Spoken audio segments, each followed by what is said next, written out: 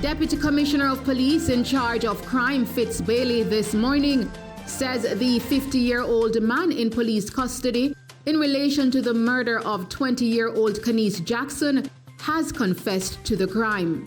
We have done significant amount of work. I believe that the evidence that we have secured is very strong, and I believe we have the right person in custody. In a COVID-19 update, a 72-year-old man from Kingston and St. Andrew became Jamaica's latest COVID-19 fatality as the country recorded 334 new cases of the virus yesterday. United Nations Secretary General Antonio Guterres yesterday said that by ignoring several warnings from the global body since the start of the novel coronavirus pandemic a year ago, the world is now experiencing the worst recession in 9 decades. More than 120 million people have fallen into extreme poverty. We are in the worst recession since the Great Depression, but many developing countries cannot invest in recovery and resilience because of financing constraints. And WPM Waste Management Limited is advising that there has been a fire at the retirement disposal site in St. James.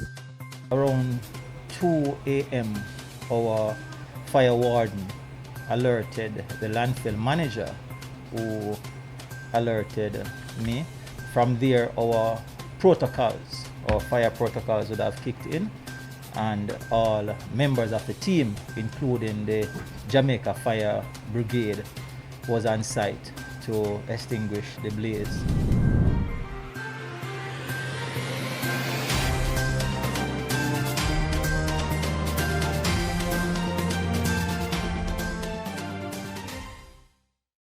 Good evening. In a Mello TV news update tonight, Deputy Commissioner of Police in charge of crime, Fitz Bailey, this morning says the 50-year-old man in police custody in relation to the murder of 20-year-old Kenice Jackson has confessed to the crime. Yes, we are confident that what we have will be able to transition to that, where we submit the file to the DPP. I had the thing at this stage, I think we can move forward without the submission in the initial stage, and the file will then be submitted. Yeah, the suspect, yes, he will be questioned today in front of his attorney, and I can say that he has also given us a caution statement. According to DCP Bailey, several items believed to be Jackson's have been found at the man's home, which includes a handbag and her bank card. We have secure material that is relevant to the investigation, even at his premises. We have secured things that we believe is the property of Ms. Jackson as well. We have gotten, a lot of evidence. Let me say, a lot of evidence. We found Ms. Jackson's handbag, what we believe is Ms. Jackson's handbag, and card. I think it's an ATM card, some banking card as well. We come in for investigation from as far back as Wednesday, when the report was made. The missing person, Ms. Kenice Jackson, who ultimately was killed that same morning. She was killed from the Wednesday based on our investigation. We have done significant amount of work. I believe that the evidence that we have secured is very strong, and I believe we have the right person in custody. Jackson, an accounting clerk of Independent City in Portmore, St. Catherine, went missing last Wednesday after leaving home for work. Her body was found at the Portmore Fishing Village in St. Catherine 2 days later. Bailey said Jackson and the accused lived in the same community and their workplaces were close. He said it is theorized that Jackson was strangled, and the police have found additional materials to support that. The Jamaica Constabulary Force is advising the public to report persons who they believe are missing to the police immediately, as there is no 24-hour waiting period. Additionally, the police are asking for detailed information to assist in the investigative process. The JCF pointed out that having the most recent photograph of the person missing is crucial in finding loved ones. In COVID-19 updates tonight, a 72-year-old man from Kingston and St. Andrew became Jamaica's latest COVID-19 fatality as the country recorded 334 new cases of the virus yesterday. The country's death toll now stands at 587 and the total number of confirmed cases at 38,848. According to the Ministry of Health and Wellness, of the 334 newly reported cases, there were 207 females and 127 males with ages ranging from 22 days to 91 years old.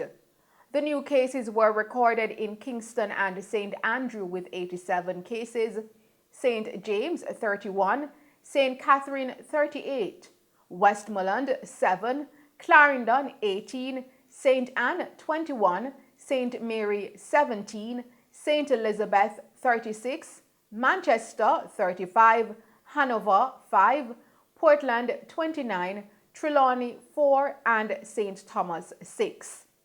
The country also recorded 140 recoveries, bringing the total number of recoveries to 17,474. Nigel Morgan, Director of Complaints at the Independent Commission of Investigations, INDECOM, has died. Mr. Morgan reportedly died yesterday morning at the Kingston Public Hospital, where he had been admitted after contracting COVID-19.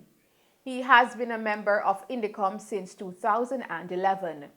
Jamaica has been grappling with a surge in coronavirus cases, which have infected more than 38,000 people and killed nearly 600 persons in the island since the start of the pandemic. The St. Catherine Parish Court and its Portmore outstation reportedly closed today to facilitate deep cleaning of the buildings and will reopen tomorrow, March 31. The Court Administration Division, CAD, in a statement, said that the Old Harbour outstation of the St. Catherine Parish Court remains open. Therefore, persons with matters at the Old Harbour outstation should proceed to court as scheduled. For further information, members of the public are encouraged to contact the Court Administration Division, CAD, at 876-754-8337 or toll free at 888-429-5269 or visit their websites at www.cad.gov.jm and www.parishcourt.gov.jm. The judiciary of Jamaica is also informing the public that the closure of the St. Thomas Parish Court has been extended for another week due to COVID-19. The building has been deep cleaned and operations are scheduled to resume on Tuesday, April 6. During the closure, habeas corpus and bail applications are said to be transferred to the Supreme Court in Kingston, where they will be heard.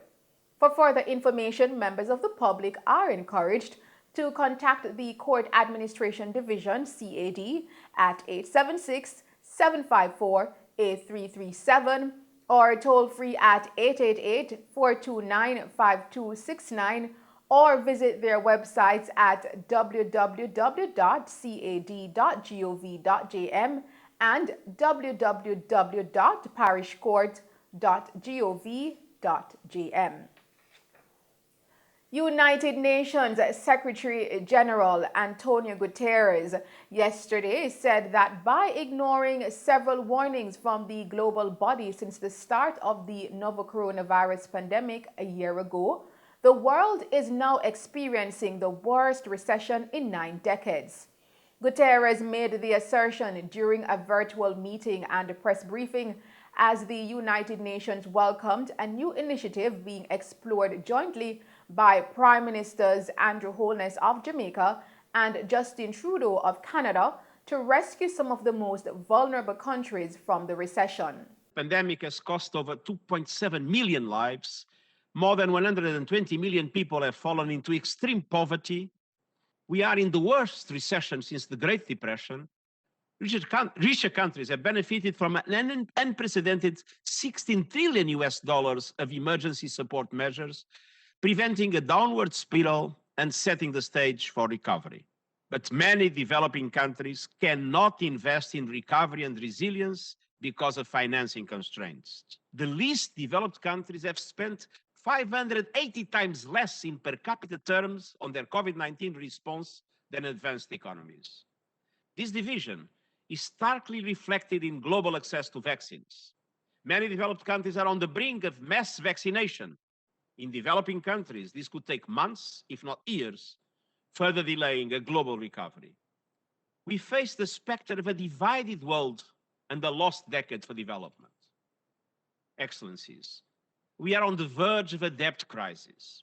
Today's meeting, convened with our partners, the Prime Minister of Canada and Jamaica, is a call for urgent action. 6 countries have already defaulted. 1/3 of emerging market economies are at high risk of fiscal crisis. And the situation is even worse for least developed and low-income countries. They face a painfully slow recovery that will put the 2030 Agenda for Sustainable Development and the Paris Agreement completely out of reach. Developing countries need access to additional liquidity to respond to the pandemic and to invest in recovery. And the global community must urgently provide the necessary support to all developing countries in need. He said there was a need for bolder steps in terms of the 3-phase approach: a moratorium on debt payments, targeted debt relief, and reform of the international debt architecture. From the start of the pandemic, we have advocated for a 3-phase approach to debt. First, a moratorium on debt payments. Second, targeted debt relief. Third, reforms to the international debt architecture. I welcome the steps that have been taken, including fresh financing by international financial institutions, the G20's Debt Service Suspension Initiative, and the Common Framework for Debt Treatments. But they are far from enough. I'm therefore calling for much bolder and more ambitious measures. We strongly believe that the Debt Service Suspension Initiative must be extended into 2022 and made also available to highly indebted, vulnerable middle-income countries that request it. The Common Framework for Debt Treatments is facing difficulties. Countries are reluctant to use it because they are concerned that it will have a negative impact on their credit rating. We need joint efforts to address these. Additional target debt relief to vulnerable countries, including middle-income ones, will ultimately be needed. A new debt mechanism could provide a menu of options, including debt swaps, buybacks, and cancellations. This is also the moment to tackle long-standing weaknesses in international debt architecture, from lack of agreed principles to restructurings that provide too little relief too late.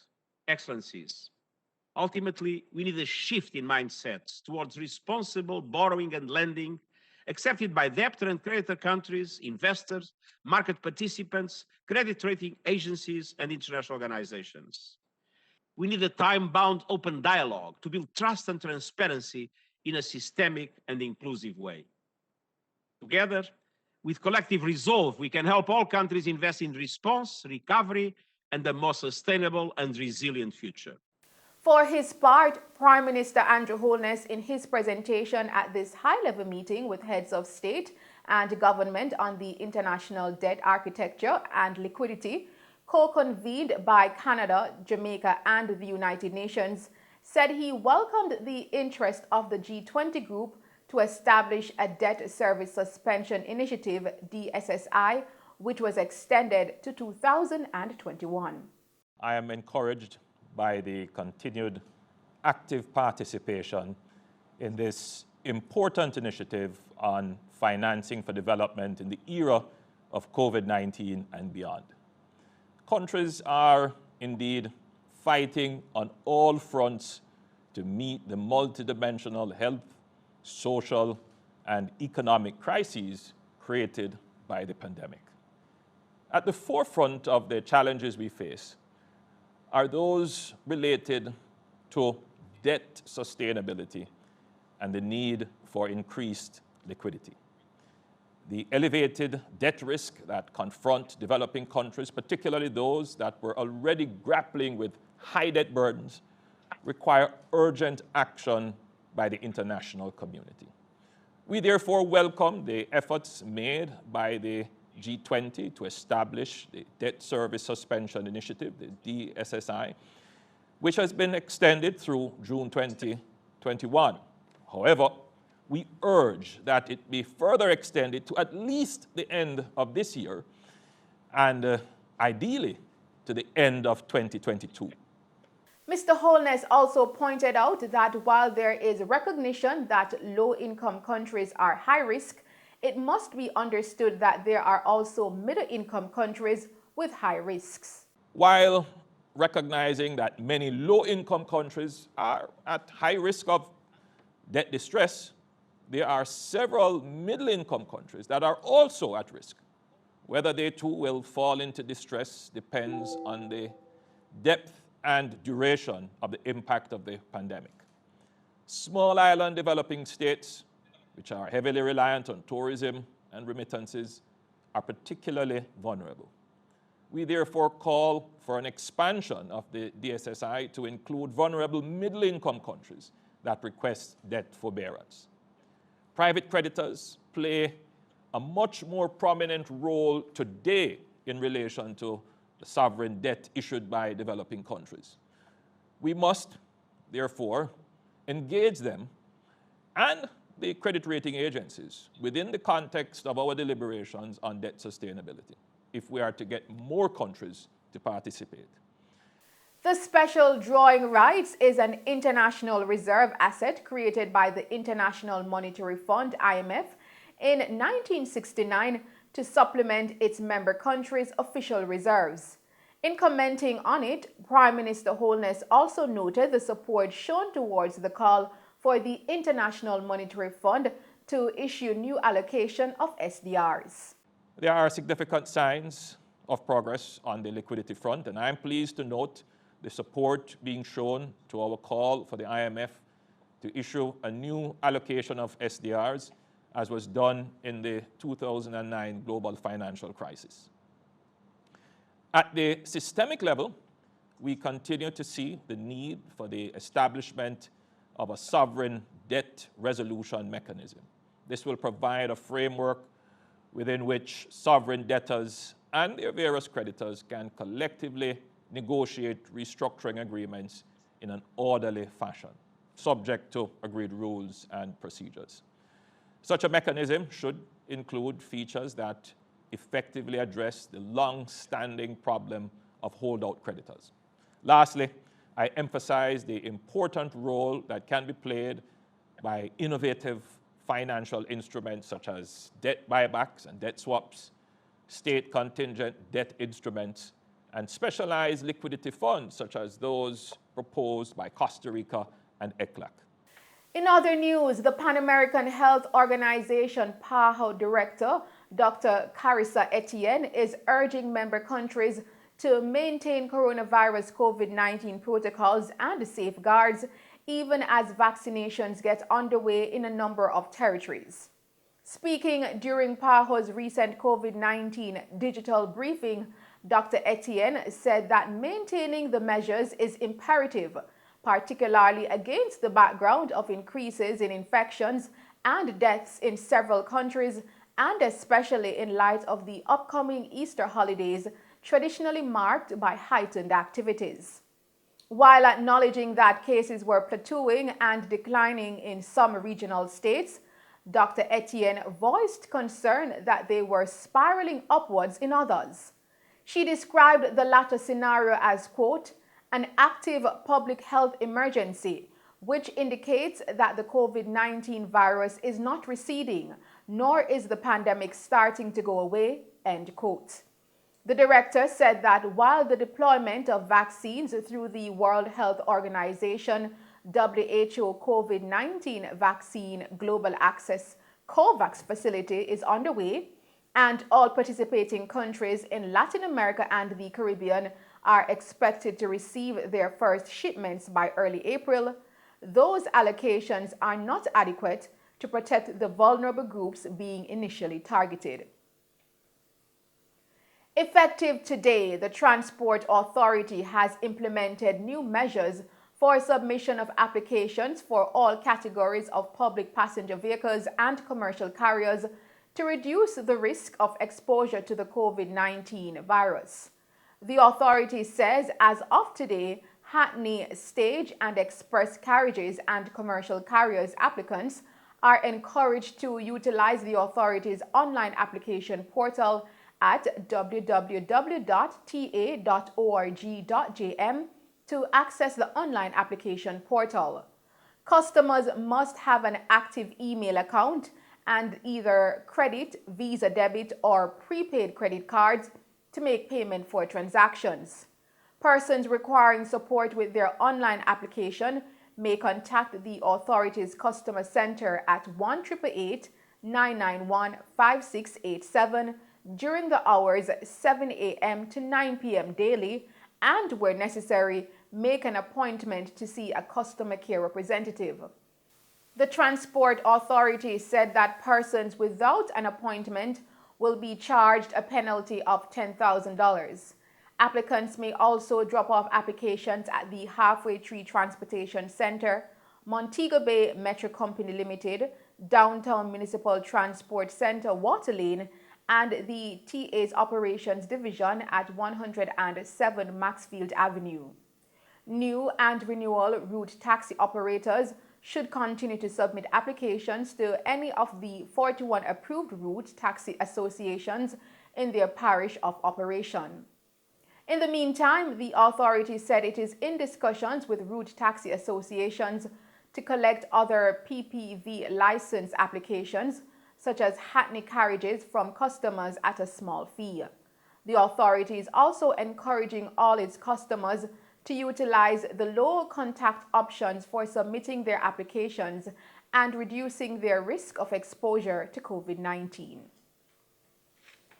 In other news, WPM Waste Management Limited was alerted to a fire at the facility around 2 a.m. in the wee hours of the morning. The Jamaica Fire Brigade was subsequently notified and units were dispatched to the site. Currently, Regional Operations Manager at WPM Waste Management, Garnet Edmondson, says preliminary reports indicate the fire was caused by spontaneous combustion. Around 2 a.m., our fire warden alerted the landfill manager, who alerted me. From there, our fire protocols would have kicked in, and all members of the team, including the Jamaica Fire Brigade, was on site to extinguish the blaze.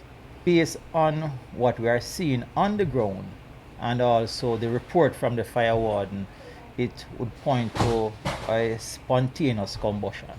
There's 2 units there this morning, a major water tanker and a pump truck. And while I'm doing this interview, I want to say thanks to the fire department for their quick response. I think they were there in 15 minutes of our call. So we are really thankful for the partnership that they have exhibited this morning. Mr. Edmondson also explained how this could have happened. One have to understand how a landfill operates in terms of a fire, to understand the percentage of fire control.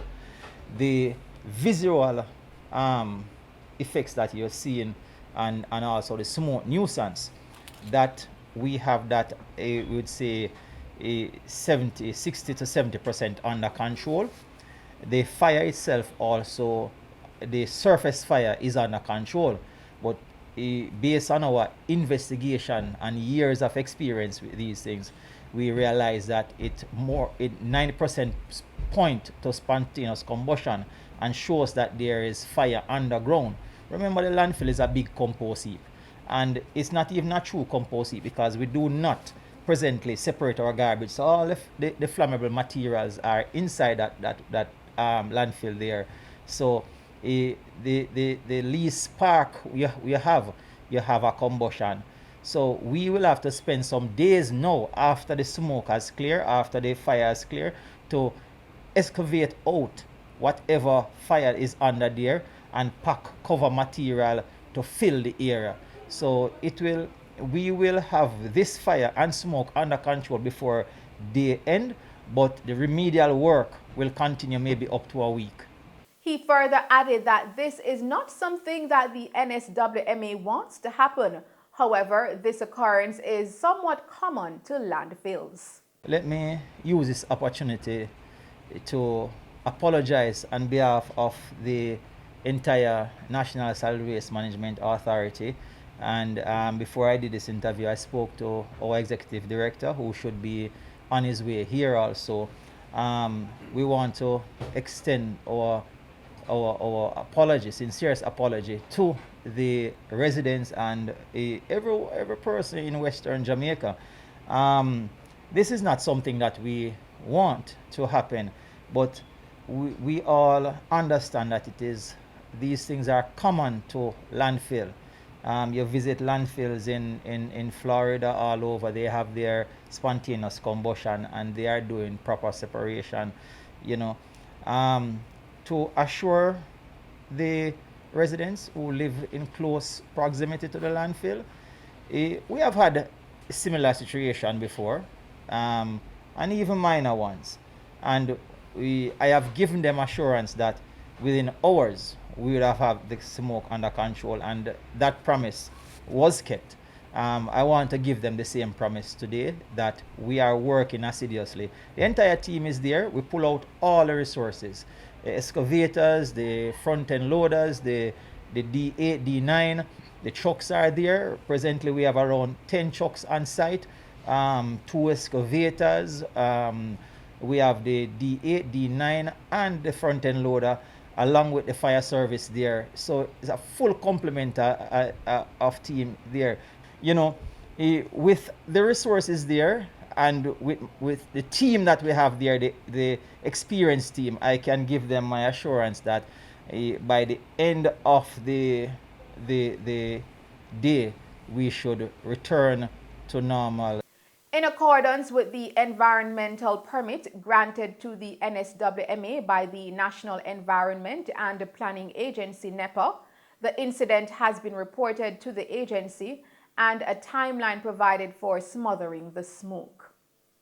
And those are some of the stories making news.